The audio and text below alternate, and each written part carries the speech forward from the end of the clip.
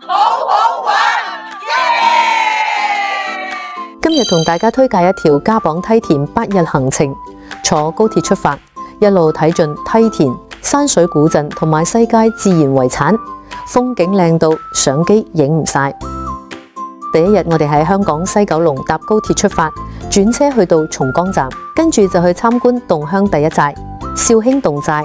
呢度係全國最大嘅侗族村寨，成條村都係青瓦吊腳木樓，仲有好有特色嘅古樓群，感受下侗族地道文化。第二日我哋就出發去嘉榜梯田，呢個梯田被國家地理評為中國最美3大梯田之一，由山腳一路鋪到山頂，顏色層次好豐富，金黃同翠綠交錯，仲有苗族吊腳樓散落梯田之間，人哋叫佢深山入面嘅流動詩行，景致好治癒。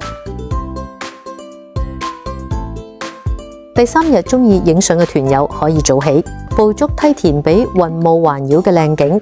吊腳樓喺雲霧入面若隱若現，成個畫面仙氣飄飄，影相特別好睇。食完酒店早餐，我哋就去大七孔景區。呢度最出名就係呢度天生橋，係大自然千萬年侵蝕出嚟嘅巨型天然石拱橋，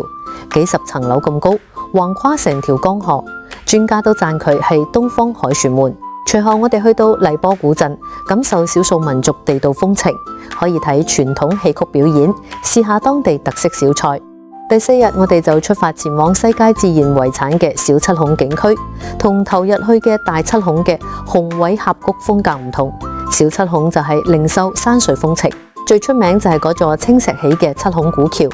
成座古橋企喺碧綠嘅河水上面，古色古香，好多人專登嚟呢度影相。入到去一路都可以睇到千姿百態嘅喀斯特地貌，層層疊疊嘅瀑布，一潭又一潭碧藍通透嘅湖水，周圍都係密密嘅原始森林，行入去好似走入人間仙境。第5日我哋去世界地質公園沙門海景區，包埋乘船。呢度號稱世界7大奇景之一，中國版卡普里島藍洞。坐船遊覽，海上有門，山中有海，洞外有天，好似走入人間仙境。跟住去洪水河觀景台，欣賞百里畫廊嘅奇特山水，再參觀安福寺，睇白塔，入面有好多珍貴文物，120個國家錢幣，象指世界和平。第6日我哋就去睇好特別嘅會開花嘅河，響水關河面上面會浮起一朵朵白色嘅花，散布喺碧綠嘅河面上，好似天上嘅星星跌落水入面，畫面夢幻又靚。跟住我哋會途觀果凍泉、東安天窗群，呢度係大自然造就嘅奇景，一個個好似天窗一樣嘅水潭，潭水幽藍深綠，望落去深不見底。跟住登上馬鞍山，呢座山有天馬騰空嘅美譽，行上去山頂，成個柳州城市嘅風景盡收眼底，成個城市景色一覽無遺。第7日朝早出發，先到龍潭公園，20幾座山環抱住公園，風景秀麗。跟住就去廣西張家界北帝山景區，包環保車同往返纜車。呢度山峰險峻，有奇秀雄嘅特色，又叫做小張家界。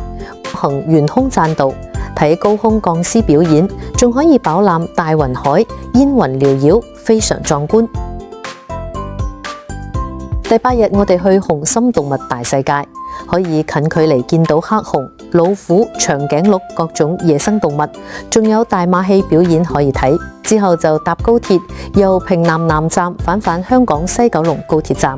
結束呢個豐富嘅8日旅程。呢條行程全程純玩，無自費、無購物，安排專業工作人員隨團照顧，讓各位貴賓團友盡情暢玩，盡享一段舒心嘅旅程。